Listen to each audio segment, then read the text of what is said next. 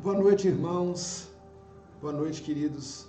Mais uma vez, estamos oferecendo ao Senhor um culto para adorá-lo, para nos elevar diante dele, né? Temos certeza que o Senhor tem o melhor para nós. E sabemos também que estamos vivendo um momento de dificuldades, esse momento de pandemia, e por isso é importante buscarmos a Deus juntos. Por isso é importante que você agora, nesse momento, aliás, desde o início do culto, né, você reserva esse tempo para adoração ao Senhor. Reserva esse tempo para ouvir de Deus. Eu sei que Deus vai falar com você. E Ele pode me usar, Ele pode usar as canções, Ele usa tudo que Ele pode para acessar o nosso coração, que muitas vezes fica um pouco distante. Então, o alerta, a mensagem, as canções, ela é para nos trazer de volta para o coração de Deus. Então, procure ficar mais quieto. Nós vamos procurar ministrar o seu coração e sabemos que, de fato, quem vai fazer isso é o Espírito Santo. Nessa noite, eu preparei uma mensagem intitulada "Que tempo é esse?" É uma indagação. Que tempo é esse que nós estamos vivendo? Eu quero usar o texto de Joel, capítulo 1, mas eu não devo entrar em todas as minúcias do texto, porque eu o quero usar como um pano de fundo para os últimos acontecimentos, os quais todos nós estamos envolvidos. Então, se você tem a sua Bíblia, ou mesmo no seu celular, um tablet, um computador, abra em Joel, capítulo 1. A palavra do Senhor que foi dirigida a Joel, filho de Petuel: ouvi isso, vós, velhos, e escutai, todos os habitantes da terra. Aconteceu isso em vossos dias, ou nos dias dos vossos pais? Narrai isto aos vossos filhos, e os vossos filhos o façam aos seus filhos, e os filhos deste a outra geração. O que deixou o gafanhoto cortador, comeu o gafanhoto migrador. E o que deixou o migrador, comeu o gafanhoto devorador. E o que deixou o devorador, comeu o gafanhoto destruidor. Olha o alerta. Ébrios, despertai-vos e chorai, uivai todos os que bebeis vinho, por causa do mosto. O mosto é o vinho novo e é uma referência clara ao Senhor Jesus. Porque está ele tirado da vossa boca. Porque veio um povo contra a minha terra, poderoso e inumerável. Os seus dentes são dentes de leão, e ele tem as queixadas de uma leoa. Fez da minha vide uma assolação e destroçou a minha figueira. Tirou-lhe a casca que lançou por terra, e os seus sarmentos se fizeram brancos. Lamenta como a virgem pelo marido de sua mocidade, está cingida de pano de saco. Cortada está da casa do Senhor a oferta de manjares e libações.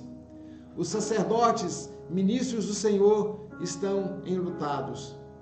O campo está assolado e a terra de luto, porque o cereal está destruído, a vide se secou e as olivas se murcharam. Envergonhai-vos, lavradores, uivai, vinhateiros, sobre o trigo e sobre a cevada, porque pereceu a messe do campo. A vide se secou e a figueira se murchou. A romeira também, e a palmeira, e a macieira, e todas as árvores do campo se secaram. E já não há alegria entre os filhos dos homens. Cingi-vos de panos de saco e lamentai, sacerdotes, uivai, ministros do altar. Vinde, ministros do meu Deus, passai a noite vestidos de pano de saco, porque da casa do vosso Deus foi cortada a oferta e manjares e a libação. Promulgai um santo jejum, convocai uma assembleia solene, congregai os anciãos e todos os moradores da terra, para a casa do Senhor vosso Deus, e clamai ao Senhor. Ah, que dia! Porque o dia do Senhor está perto, e vem como a assolação do Todo-Poderoso. Acaso não está destruído o mantimento diante dos vossos olhos? E da casa do nosso Deus a alegria e o regozijo? A semente mirrou debaixo dos seus torrões, os celeiros foram assolados, os armazéns derribados, porque se perdeu o cereal. Como geme o gado, as manadas de bois estão sobremodo inquietas, porque não tem pasto. Também os rebanhos de ovelhas estão perecendo. A ti, ó Senhor, clamo, porque o fogo consumiu os pastos do deserto e a chama abrasou todas as árvores do campo.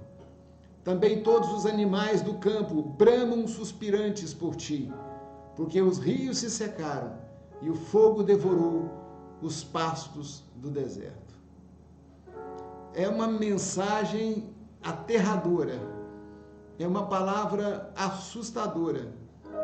Como eu disse, nós vamos usar o texto como um pano de fundo, mas é importante que se saiba que esse é o capítulo número 1, e Joel tem 3 capítulos, e o capítulo 3, principalmente, fala no derramar do Espírito Santo, inclusive citado no livro de Atos, quando o Espírito Santo veio sobre aqueles 120 irmãos que estavam orando e adorando ao Senhor e buscando a Deus com todo o coração.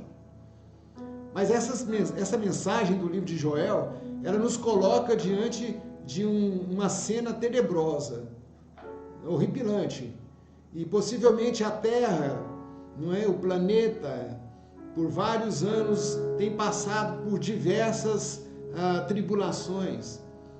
Nos anos passados, as guerras, as epidemias, as pestes, as mortes, tantas pessoas com mortes precoces, pessoas na flor da idade, sem experimentar tudo que a vida tem para oferecer, pessoas que morrem sem se casar, e às vezes o seu sonho é constituir uma família, mas pessoas que são ceifadas antes dessa realidade.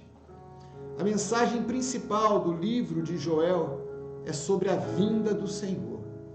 E você pode perceber o que prenuncia essa vinda. É óbvio que nós sabemos que muitas coisas incríveis da parte de Deus virá sobre a igreja, como um grande avivamento. Nós cremos nisso, amém? Nós cremos num grande mover de Deus, num grande despertar do Espírito Santo sobre as nossas vidas, sobre a nossa geração. Mas é importante que se saiba da dubiedade desse dia. Ele não é só um dia de coisas maravilhosas acontecendo, de arrebatamentos e manifestação gloriosa. É também um dia de tristeza. E Joel, então, está desenhando para nós, né, o que está para acontecer.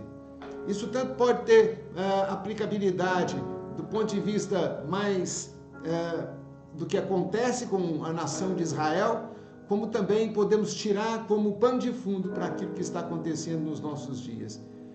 Basicamente, a mensagem é prenunciando a volta do Senhor Jesus. Então ele diz que haveria muita destruição do vegetal, da atmosfera e da humanidade. Essa destruição não representa simplesmente uma destruição do homem e no meio em que ele vive, mas também representa uma destruição na forma de Deus julgar o homem pelos seus atos de idolatria, pela adoração que ele tem dos seus deuses individuais, dos seus deuses seculares. Um dos grandes problemas que a nação de Israel sempre enfrentou e foi várias vezes, reiteradas vezes, advertida pelos profetas, era a idolatria. Então, quando aquele povo se voltasse ao seu Deus, ele poderia deixar essa assolação para trás e voltar a uma aliança com o seu povo. Joel capítulo 1, verso 15, eu quero pontuar, que diz: ai daquele dia, ai do dia, pois o dia do Senhor está perto e vem como assolação da parte do Todo-Poderoso. No tempo de Joel havia uma praga, uma devastação nas plantações inteiras. O que era antes uma beleza rural, intensa, e ela se transforma em total deserto. A vegetação acabou, havia tristeza nos olhos das pessoas e havia fome, porque onde não tem comida, tem fome. Deus, através de Joel, começa então a convocar o povo ao arrependimento. A gente prega muito sobre arrependimento, porque arrependimento é o centro da palavra de Deus. Então ele diz aos jovens e aos velhos, para que todos se arrependam. E uma das palavras que Deus era a memória do povo deveria ser revisada. Vamos lembrar, eles não deveriam deixar passar aquele tempo sem que guardassem cada evento difícil e deveriam repassar a quem viesse a viver e conviver com eles. Ou seja, uma mensagem que deveria ir de geração a geração. Não era o fato em si, mas lembrar que o desobedecer às ordens divinas acarreta danos e destruição ao homem e à sua vida na terra. Deus então dá um sacode, aos ébrios, aos bêbados, para que eles acordem de sua tontura, de sua loucura. Preste atenção no que está ocorrendo. Os bêbados não quer dizer apenas aqueles que estão embriagando com a bebida em si, mas ele está indicando aqueles que estão desligados, desconectados da espiritualidade, da busca do Senhor, sem atenção, vivendo dissolutamente, de forma desregrada, vivendo como se o mundo jamais fosse realmente acabar. Às vezes algumas pessoas me perguntam, então, o mundo vai acabar? Ouça a mensagem dessa noite. Ouça Joel. E saiba que Deus tem entesourado a terra para o fogo. O Senhor prometeu que jamais destruiria o mundo com as águas de um dilúvio. Mas Ele promete o fogo. Então é um cenário aterrador.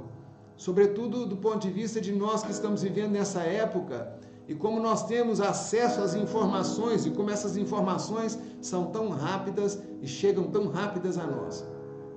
A gente não imagina o poder que essas informações têm. Então ele está aqui sacudindo os ébrios. Desperta, ébrio. Você está vivendo longe de Deus. Não é? Como se não percebesse que um dia iria terminar tudo isso. É como se não percebesse que Deus está olhando para as coisas erradas que as pessoas fazem na terra. Nós sempre pensamos que Deus é amor, e de fato isso é verdade, Deus é amor. Mas Deus também tem uma face de justiça, em que Ele manifesta a sua ira, e nós, pregadores, não podemos isentar os ouvidos de vocês de saberem que isso é verdade. Nossa função é não deixar vocês pecarem em paz. É atormentar com a verdade, num certo sentido. Os ébrios são aqueles que estão entorpecidos com os encantos, com as maravilhas desse mundo. Iludidos, alcoolizados pelo vinho das riquezas, da beleza dos homens, da beleza das mulheres, pelos encantamentos filosóficos, pelo seu conforto e, até certo ponto, a sua mornidão. Porque divide Deus com todos esses ídolos que estão inseridos dentro do coração. Pois apenas aqueles que vivem uma vida de atenção e ligação a Deus são capazes de responder a esse alerta que Joel está explicitando para nós. A pergunta que eu quero fazer em seguida é: será que nós estamos vivendo um tempo semelhante aos dos dias de Joel, em que Deus se ocupou o profeta para alertar a sua geração? Vamos fazer algumas reflexões de como nós precisamos lidar, principalmente com um tipo de gafanhoto que está vindo e assolando a nossa geração, falando sobre a pandemia global da Covid-19. Esses tempos, queridos, são tempos incertos. A pandemia vem transformando a vida de milhões de pessoas de uma maneira inimaginável.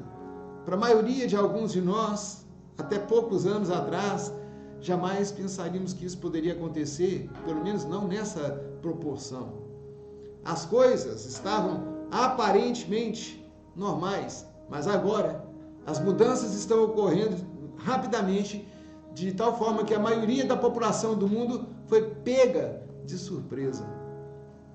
E como se estivéssemos assim no primeiro capítulo de Joel. Os gafanhotos, literalmente, estão atacando. E tem gente torcendo para o gafanhoto entrar no sul do Brasil. E outros orando para desviar para outras nações. São gafanhotos, irmãos. Eu quero deixar bem claro para você que o gafanhoto é uma das tipologias de demônios. É uma delas. E eles estão atacando a terra. Isso não tem acontecido só nesse ano de 2020. Alguns anos já tem acontecido isso. Você pode fazer uma pesquisa e, vez por outra, uma nuvem vem e ataca e destrói colheitas e destrói pessoas, porque destrói o alimento. Estamos todos tentando, então, nos adaptar a essa nova realidade. Alguns afirmam que o que viveremos a partir da crise sanitária jamais será igual ao que sempre foi. Ontem à noite eu vi cerca de uns quase 20 minutos de um pastor americano que teve alguns sonhos proféticos. E é aterrador. Ele coloca isso de uma forma muito própria, e ele diz que em setembro nós teremos uma nova visitação. E a gente não quer acreditar, né? Ele diz, olha, eu estou muito convicto do que Deus tem falado comigo, que eu não sou um profeta permanente, mas quando Deus fala profeticamente em sonhos, geralmente acontece. E ele narra de maneira minuciosa cada detalhe. Tremenda mensagem. Teremos que nos habituar ao novo normal, mas ninguém imaginaria que em pleno século XXI viveríamos essa realidade tão surpreendente. A não ser, obviamente, que você fosse um daqueles que estavam mergulhados nas Sagradas Escrituras, porque de maneira geral os que amam a Deus, os que estão mergulhados na palavra, eles possuem um mover profético sobre eles, eles possuem uma inclinação profética. Interessante o que Jesus falou para os saduceus, numa resposta bem dada.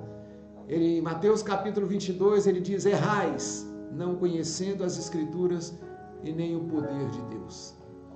Todos estão com esperança de que a pandemia termine em breve, e embora isso seja impossível de prever, sabemos que haverá e já está havendo consequências para todos.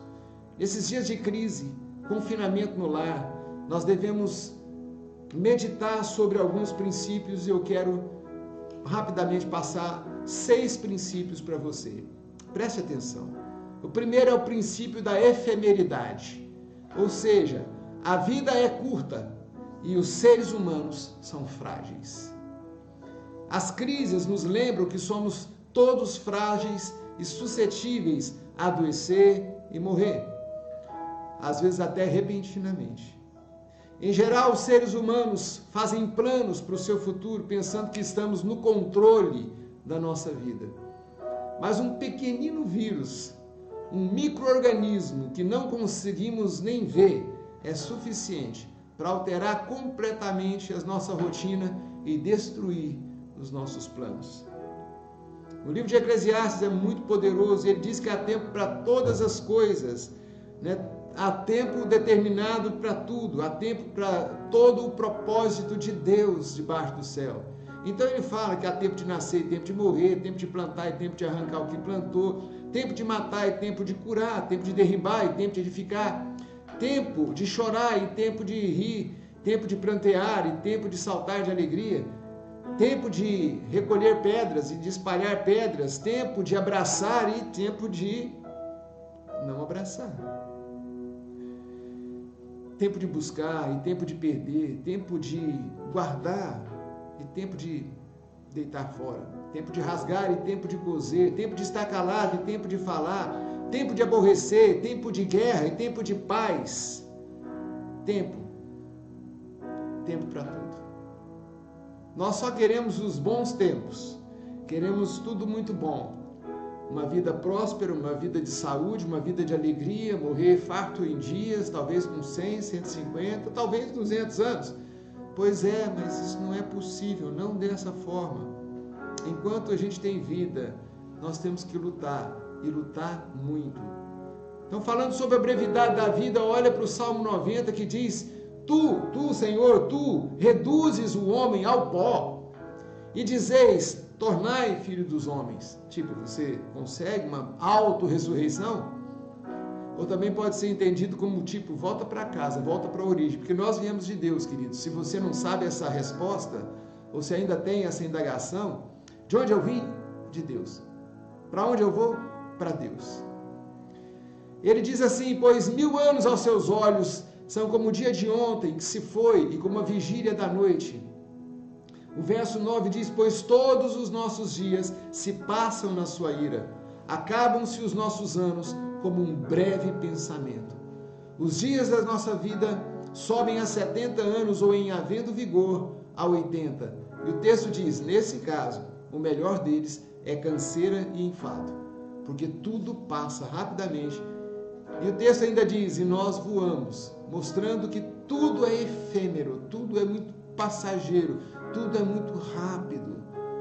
Como é que você está vivendo a sua vida sabendo que você tem poucos dias para viver na terra? Eu estou dizendo 100 anos, para ser até bondoso com você e comigo. É muito rápido, irmãos. Passa muito rápido. Para desperdiçarmos a nossa vida, nos isolando do propósito de Deus. Segundo princípio é: nós todos somos iguais. Doenças e crises não fazem diferença entre pessoas e afetam a todos igualmente. Os seres humanos tentam distinguir diferenças econômicas, sociais e culturais. Mas o vírus, o Covid-19, nos lembra que todos nós podemos adoecer e que todos nós estamos interconectados e precisamos muito uns dos outros. Não importa em que país vivemos, quantos anos nós temos ou o que fazemos, somos todos importantes e somos todos essenciais para o mundo. A propagação do vírus só pode ser interrompida com uma colaboração fraterna de todos. Então, nessa doença não tem rico, nem pobre, nem preto, nem branco, nem índio, nem nordestino, nem aborígene, nem australiano. Todos somos iguais, assim como todos somos essenciais, e tudo que fazemos também, ou seja, o nosso trabalho, é essencial.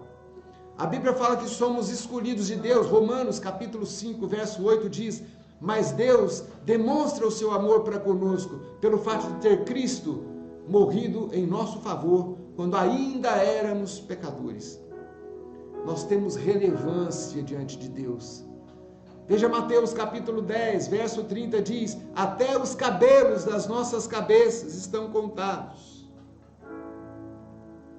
Você vai gastar mais tempo do que eu.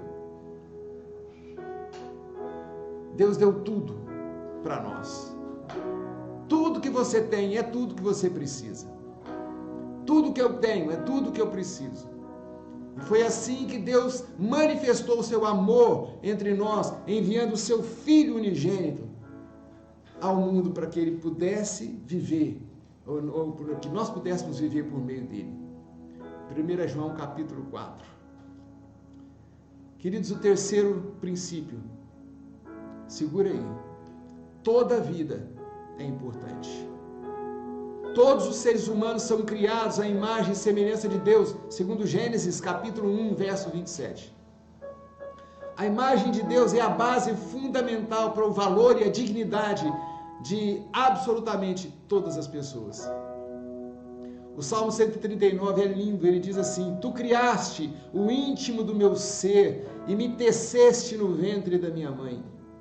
Graças eu te dou, visto de que por modo assombrosamente maravilhoso me formastes, e as suas obras são admiráveis, e a minha alma sabe muito bem.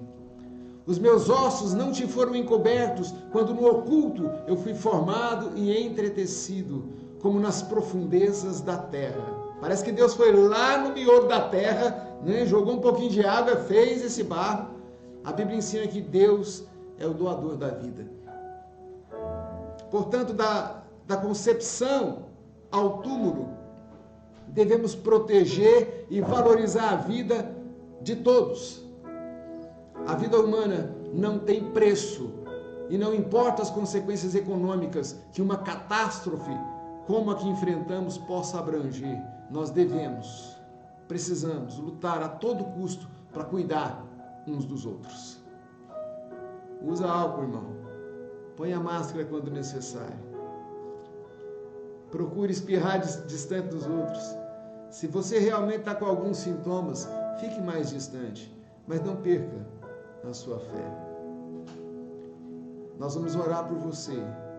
Nós temos certeza que Deus vai visitar a sua vida. Qualquer chamada para sacrificar algumas pessoas pelo bem das outras é desprezível e contrária à dignidade dada por Deus a todos os seres humanos. Preste atenção, o fato, irmãos, é que possivelmente estamos sob a tirania de uma agenda ideológica socialista, tentando concentrar o poder por meio de uma manipulação tecnológica.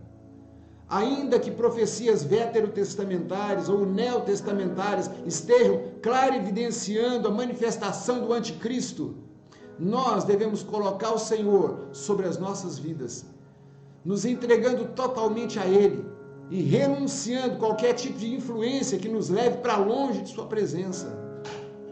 Infelizmente, nós estamos lidando com uma luta política, mas a tristeza maior é que tem irmãos em Cristo em lados opostos.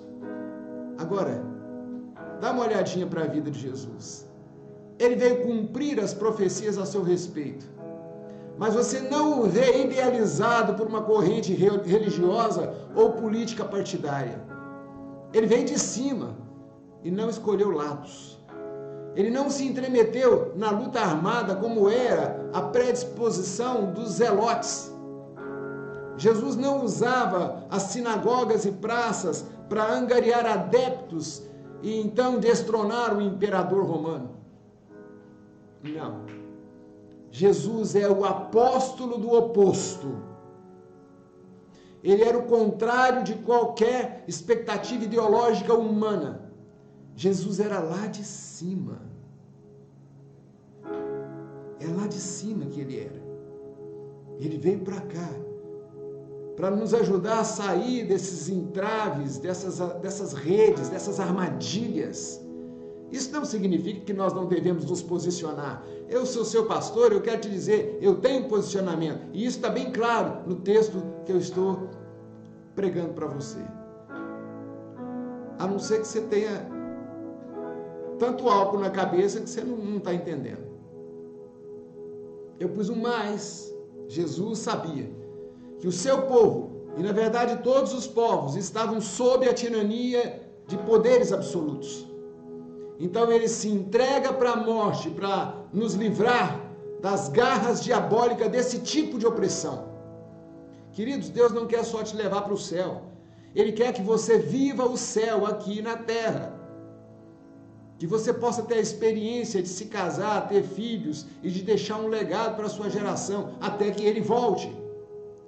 Ainda que estamos nos últimos segundos, os segundos finais para a vinda do Senhor. Mas mesmo assim, amados, nós não podemos deixar o nosso país na mão de homens inescrupulosos e totalitários.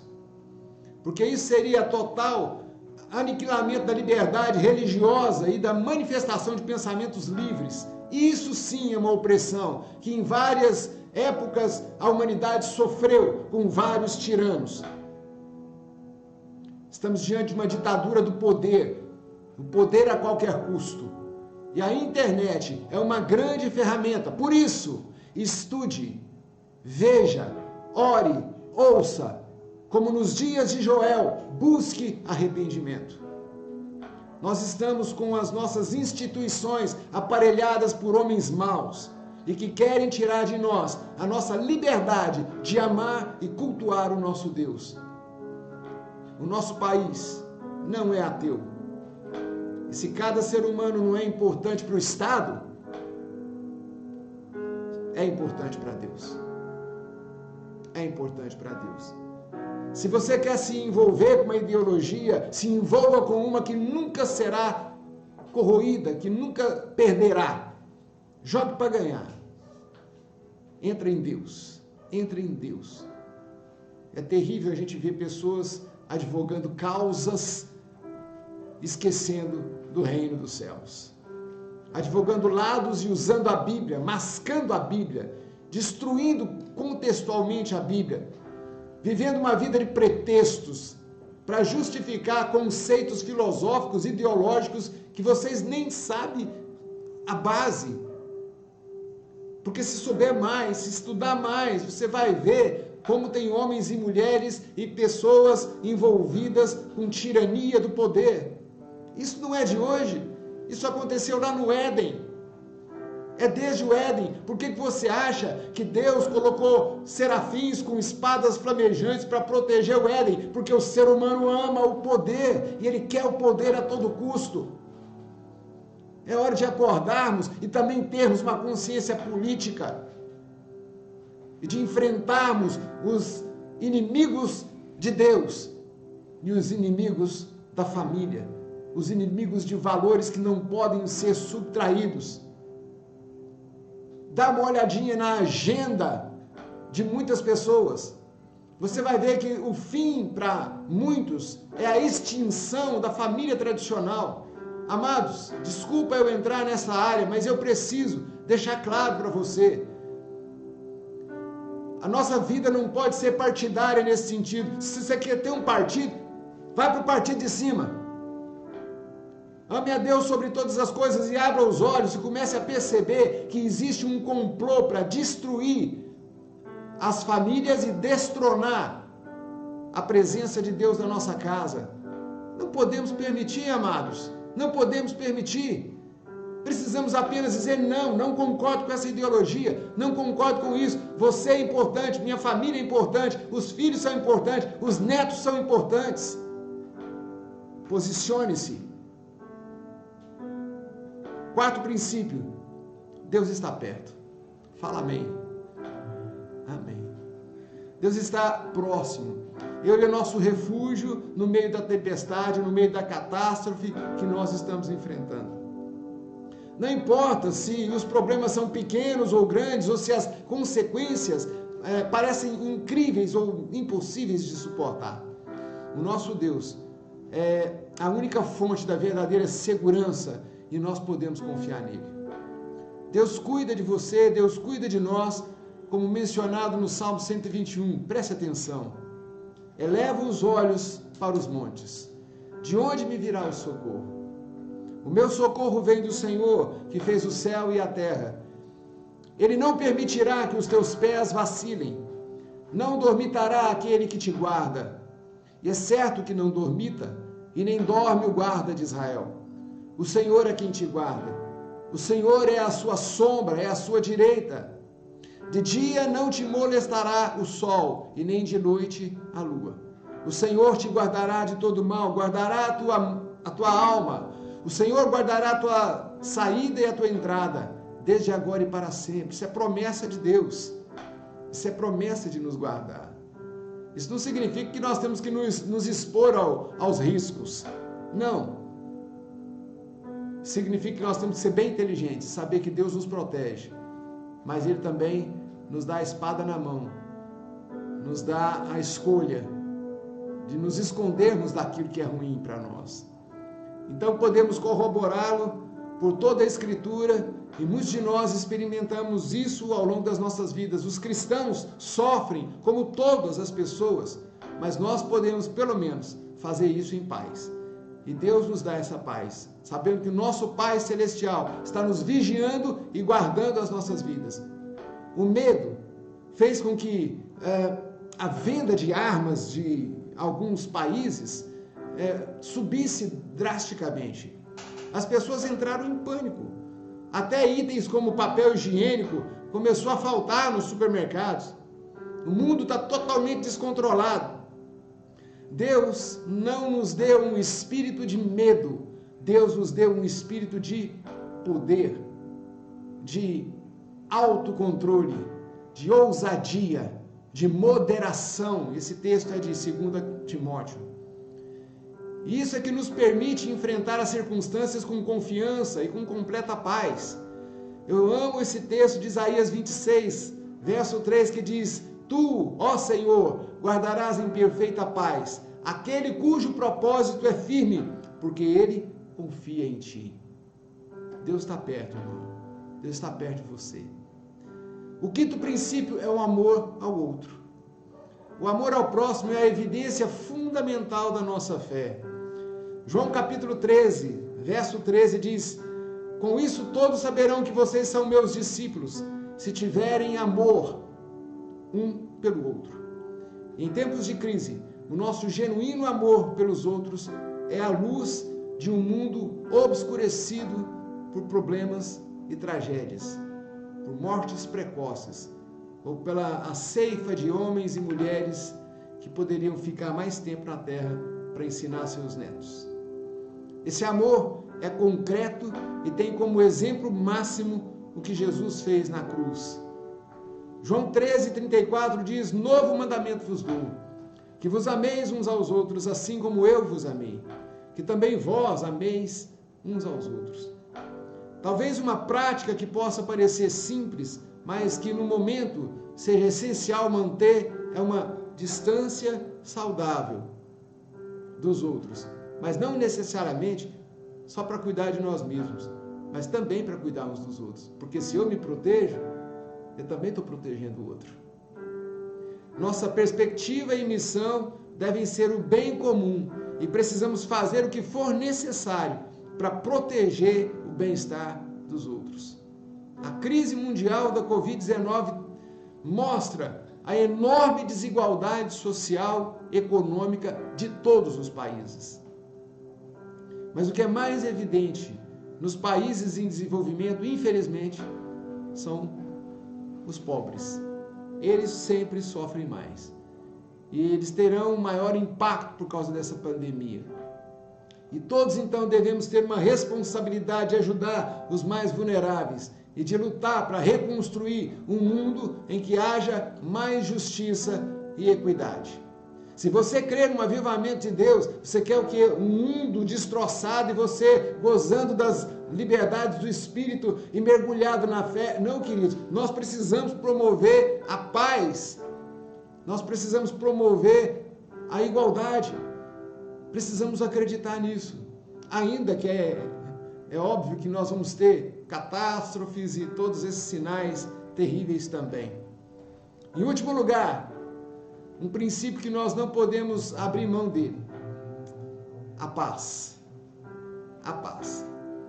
Uma pessoa brincou comigo porque nos vídeos que eu faço semanalmente, eu sempre termino os vídeos dizendo: fique na paz.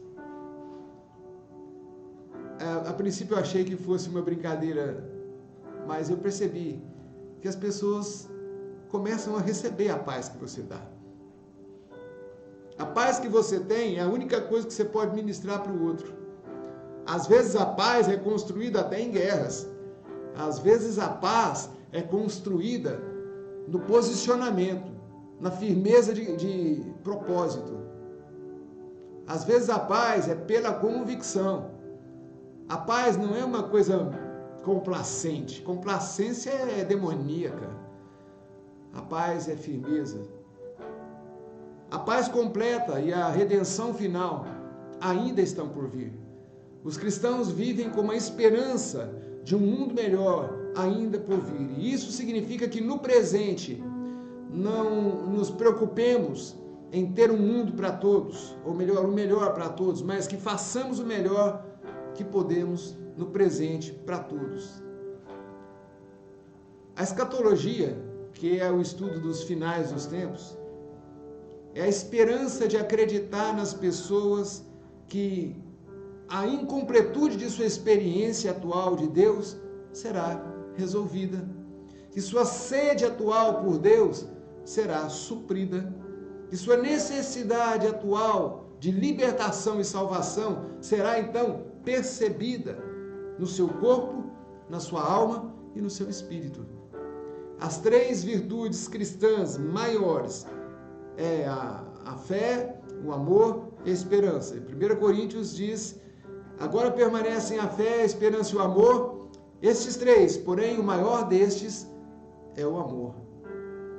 E a nossa fé em Cristo nos sustenta, o nosso amor a Deus e aos outros nos define, e a nossa esperança encoraja a avançar em meio às dificuldades. E nas circunstâncias que nós enfrentamos hoje em dia, eu quero encorajar você a se unir ao clamor do apóstolo João, aquele que teve a revelação do Apocalipse, quando ele recebe uma promessa de Jesus, e a promessa é a seguinte: aquele que dá testemunho dessas coisas diz: certamente venho sem demora. Amém? Ora vem, Senhor Jesus. Apocalipse 22, verso 20. Sabe, queridos, Deus tem o melhor para nós. Ainda que o cenário pareça tão nebuloso como nos dias de Joel. Se você vira a página do capítulo 1, você vai para o capítulo 2, e no capítulo 3 há uma promessa incrível do derramar do Espírito. Isso vai acontecer. Deus vai avivar o seu povo, vai avivar a sua obra, Deus vai avivar a sua igreja. O meu sonho, amados, é que um dia todos nós estejamos adorando a Deus, mesmo com as nossas peculiaridades, mas estaremos juntos numa eterna adoração, aqui na terra e também no céu. Vamos orar? Eu quero orar e daqui a pouquinho vamos orar também pelos pedidos de oração. Pai, em nome de Jesus, obrigado por sua palavra, obrigado por esse culto que estamos dando ao Senhor. Obrigado porque o Senhor tem nos protegido, Deus, de tantas coisas. Queremos, ó Deus, ter um coração de arrependimento, um coração que se volta para Ti, um coração que cede ao Senhor, que lembra, Deus, das Suas promessas, que lembra da Sua palavra. Senhor, ajuda-nos a compreender melhor tudo o que está acontecendo nos nossos dias, a entender o que a Sua palavra profeticamente já nos alertava, e saber, ó Deus, fugir de situações perigosas. Nós pedimos especialmente pela cidade de Patos de Minas, que aparentemente está no pico dessa pandemia. Senhor, muitos de nós precisamos trabalhar mais do que ficar em casa. Sim, Senhor, nós não queremos ser desobedientes, mas muitos de nós não podemos ficar em casa. Há pessoas que estão nas ruas, ó Deus, trabalhando, inclusive para os que estão em casa. Nós te pedimos, Pai, protege de acidentes, protege da contaminação do vírus, protege a nossa cidade, protege a nossa nação. Senhor, nos guarda. Nós temos, ó Deus, tanto para crescer, e nós podemos fazer coisas tão incríveis para o Senhor aqui nesse lugar. Por isso nós te pedimos, ó Deus, ministra vida onde há morte, ministra saúde onde há doença, ministra amor onde há ódio, ó Deus, ministra força onde há fraqueza. Pai, que sejamos instrumentos nas Suas mãos para acessar o coração daquele que está longe, daquele que está perdido, daquele que precisa se apegar a Ti e entender a Sua palavra, entender, ó Deus, o Seu chamado. Abençoa-nos, ó Deus, por meio dessa mensagem, abençoa-nos nessa semana, em nome de Cristo Jesus. Amém.